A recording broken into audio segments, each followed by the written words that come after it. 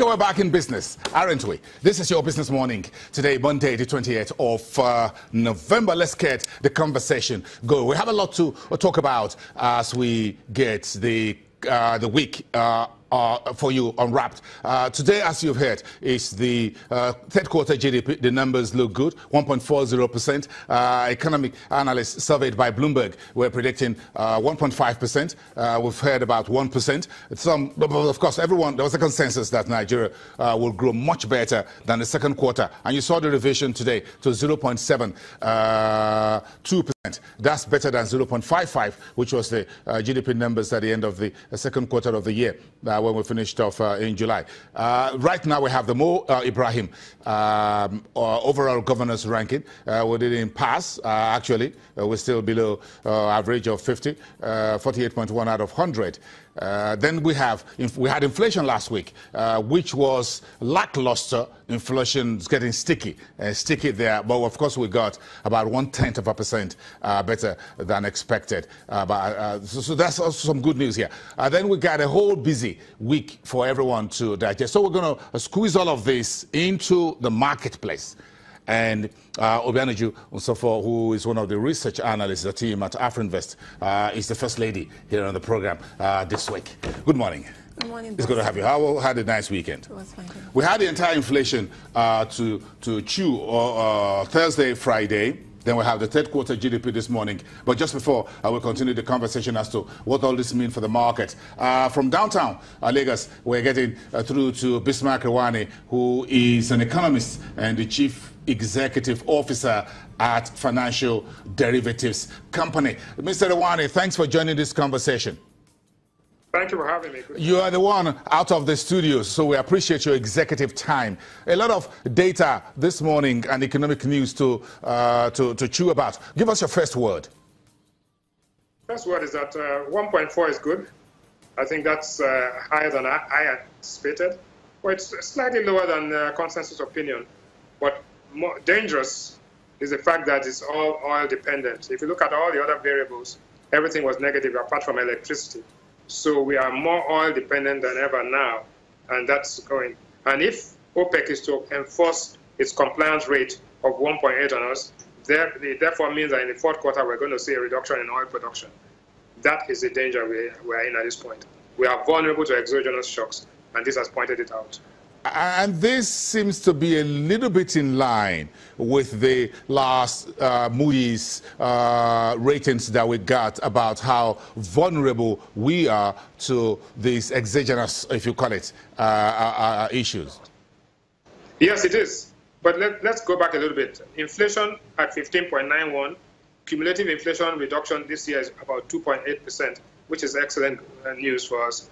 Now GDP is up, but the question is it sustainable? The time lag between policy and effect is beginning to catch up with us. So I think fourth quarter will do good, but won't be where we want to be. So we are vulnerable there. Finally, the whole idea of having the economy is constrained by high interest rates. We've got to do something about that. They got to do something about it. Either they do it today or latest by January. Even January will be too late. So something has to happen immediately. Something has to happen immediately. That's Mr. Rewani's words there. Obianuju, how much do you think should happen immediately from the monetary policy side of things, whether it's the MPC meeting starting today, to influence the marketplace? Well, definitely we are actually in support of an easing, but is this the right time to actually ease rate, to reduce the benchmark rate? We do not think so. I mean, if you look at GDP figures, yes, we grew 1.4% year on year, but if you look at non-oil GDP, it actually contracted. The manufacturing sector, if you look at PMI readings, have been up over 50 points. FX liquidity has actually improved, but nonetheless, the sector actually contracted on a year-on-year basis. So this sort of gives, is actually something the MPC committee ought to deliberate on. I mean, should we reduce the benchmark rate in order to stimulate growth? All the policies we put in place, but still the services manufacturing sector are still contracting. So it's definitely something that they should look at. When Godwin Emefiele and the rest of his team begin to sit together this morning, these GDP numbers is not going to be so positively good. In terms of the headline, yes, but you think the devil in the details will not likely make them go for an easing? Yeah, definitely. If you look at now, there are more calls for a dovish stance. I mean, look at the reduction in the fixed income market. Then also, you see that the federal government, they've actually opted to reduce cost of borrowing by going to the foreign debt market. Last week, they embarked on a roadshow in order to source for external finance. This is in order to reduce the cost of borrowing. I mean, there are downside risks to continue borrowing at this rate. Also, you look at FX. Yes, we've recorded improvements in this sector due to the timely interventions by the CBN governor, but this is largely on the back of improved oil production, which has shot up our reserves and sort of given leverage in order to do timely intervention. But then again, despite the fact that the CBN has been able to address FX stability, price stability is still a major source of concern. The moderation we've seen in inflation rate this year has largely been due to a high base effect. I mean, we are running out of high base effect. What then happens? Food inflation is currently at an 8-year high of 20.3 thereabout. I mean, this is something that the Monetary Committee ought to look at. And I mean, do we then reduce rates and sort of jeopardize the improvements we've seen so far in the economy? Very interesting thoughts from Obianuju here. Mr. Rwani, look at the lowest ranking or lowest scoring that we had in the latest Mo Ibrahim, which was on sustainable economic opportunity, 42.3.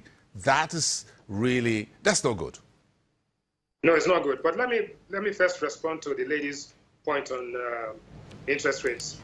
That's the first time I've heard in economics that anybody will say that when there's a contraction in economic activity, you should actually increase interest rates.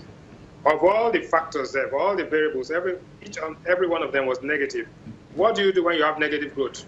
You stimulate the sector by giving them more money. The only sector that grew positively was agric, and agric are beneficiaries of intervention funds at 6, 7, or 8%. What this lady is saying is that we should maintain high interest rates of over 20% and allow this sector to get strangulated. That's not the answer. The answer is to bring down interest rates so that the sectors can borrow and output can increase. Increased output will improve, will actually sustain the inflation rate going downwards. Now, coming back to the Mo Ibrahim issue. Mo Ibrahim Foundation has actually carried out this study.